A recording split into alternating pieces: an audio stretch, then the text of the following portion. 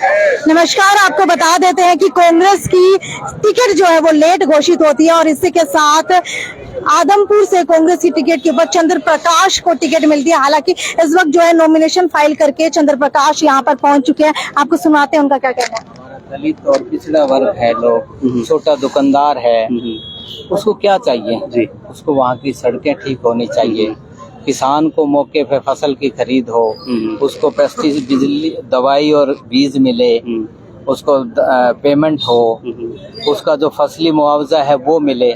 इसी तरह व्यापारी है, व्यापारी को वहाँ का जो उसका व्यापार है वो ठीक से चले।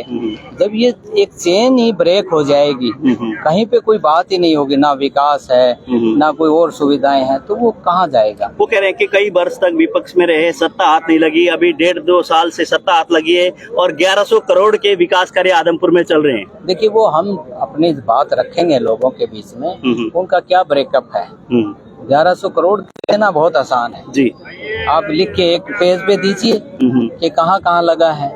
ये तो क्योंकि मैं उपचुनाव में राजनीति में आया था, पीछे आदमपुर का उपचुनाव था जी, और मैं कांग्रेसी परिवार से रहा हूँ जब से हरियाणा बना है, उससे पहले का। और मैं क्योंकि प्रशासनिक अधिकारी रहा हूँ, राजनीतिक भी बातें मैं समझता हूँ, तो एक बहुत अच्छा समावेश इसका बनता है और ये इस इलाके को एक नई दिशा देने का काम करेगा।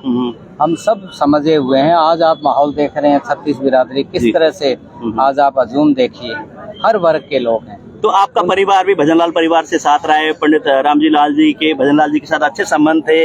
अब आप एक तरह से उनके विरोध में चुनाव में उतर रहे हैं। क्या मानते हैं कि जो जनता आप दोनों के परिवार से जुड़े थे वो क्या विचार करेंगे? देखिए, आपका बहुत छोटा सवाल है।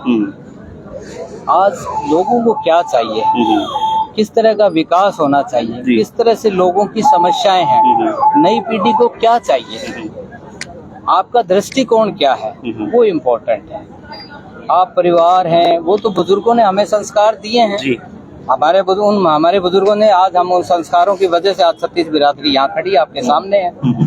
नरवा हल्के में जाते हैं तो वहाँ भी होती है, बाड़समंद जाते हैं तो वहाँ भी होती है। पीने का पानी नहीं है, किसानों को सिंचाई के पानी की नहीं कोई बात है, बिजली की कोई बात नहीं है। स्कूल में चले जाओ, छत की तरफ देखो, छत टपकती है।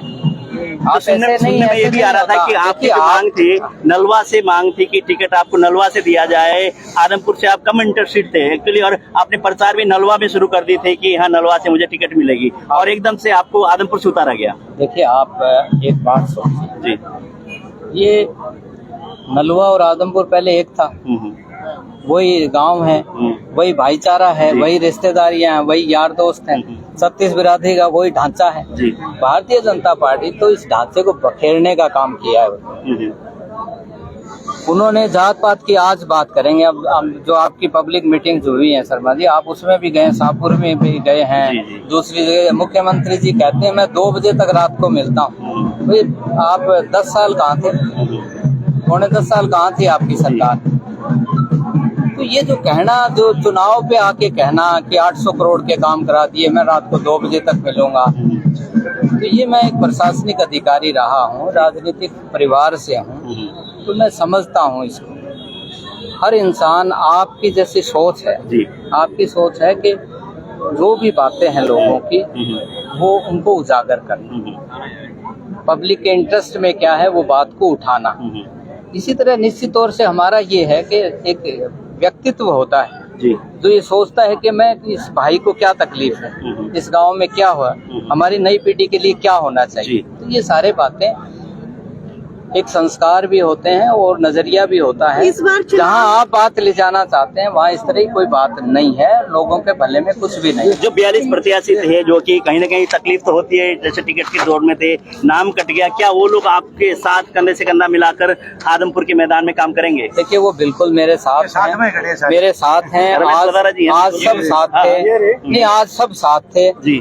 लेकिन देखो, ये प्रजातंत्र है, कांग्रेस पार्टी में प्रजातंत्र का आपने लेवल देखा है, बहुत अच्छा लेवल है। चौधरी भूपेंद्र सिंह हुड्डा जी हमारे नेता, चौधरी उदयभान जी कोई भी बात कहे, बात सुनते हैं। हमारे जो ये अनुशासित जितने भी कार्यकर्ता थे, इन्होंने भी अपनी बात रखी, इन्होंने अप्लाई किया, वहाँ पे अपनी बात रखी, और बात रख के जो भी फैसला हुआ वो सबको सर्वमान्य है, सब एकजुट हैं और एकजुट होकर के आप चुनाव लड़ेंगे एक साथ होकर के।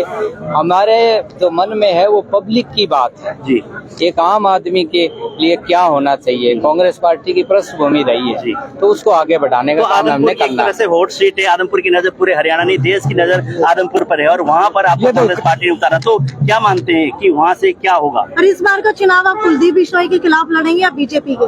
देखिए, मैंने आपके सामने बातें रखी हैं दो, एक तो भारतीय जनता पार्टी कार्य प्रणाली जी, और एक जो चुना हुआ प्रतिनिधि होता है कि उसका लोक हित में किस तरह का उसका काम है, जी। किस तरह की सोच है, तो ये इम्पोर्टेंट है। आप समझ गए। रिजल्ट क्या आने वाला होगा? चलो रिजल्ट में 200% ये जीत कांग्रेस पार्टी जीतेगी 200%। आपको बता देते हैं बिश्नोई परिवार के खिलाफ कांग्रेस से कैंडिडेट उतारे गए हैं। चंद्रमोहन एक भारी भीड़ लेकर के इस वक्त हिसार के अंदर नामांकन करने के लिए पहुंचे थे, लेकिन अब बड़ी देखने वाली बात यह है कि क्या कुछ नतीजे रहने वाले हैं। एक गढ़ आदमपुर भजनलाल परिवार का माना जाता है, बिश्नोई परिवार का माना जाता है, क्या उसको तोड़ पाने के अंदर सफल हो पाएंगे या फिर दोबारा से जो है यही रह जाएगा कि कुलदीप बिश्नोई ही जो है चुनाव जीत जाएंगे भव्य बिश्नोई के बजाय? ये क्या लगता है कि भव्य बिश्नोई को टक्कर दे पाएंगे? बहुत बढ़िया, टक्कर नहीं, कम से कम 22-23 हजार से जीत है। एक गढ़ माना जाता है बिश्नोई परिवार का आदमपुर, तो किस तरीके से तोड़ पाएंगे? वो गढ़ नहीं है, वो गढ़ तो खुद कुलदीप का लड़का लोकसभा में खड़ा था, उस टाइम भी टूट चुका, 23 हजार से आ रहा था। और अब की बार जो है ना, चंद्र प्रकाश जी ऐसे सूटेबल जो उम्मीदवार है आदमपुर हल्के के लिए कि कम से कम मतलब 22-23 हजार से कम आज जीत रहे हैं और ये लीड बढ़ती जाएगी। चलिए, देखने वाली बड़ी बात यह है कि क्या बिश्नोई का गढ़ चंद्र प्रकाश छोड़ पाते हैं, नहीं छोड़ पाते हैं। कांग्रेस की कैंडिडेट है, वीडियो को ज्यादा से ज्यादा शेयर करते रहिए। और आपकी क्या राय है आदमपुर की विधानसभा सीट को लेकर, वो नीचे कमेंट सेक्शन के अंदर लिख करके जरूर बताइए। नमस्कार।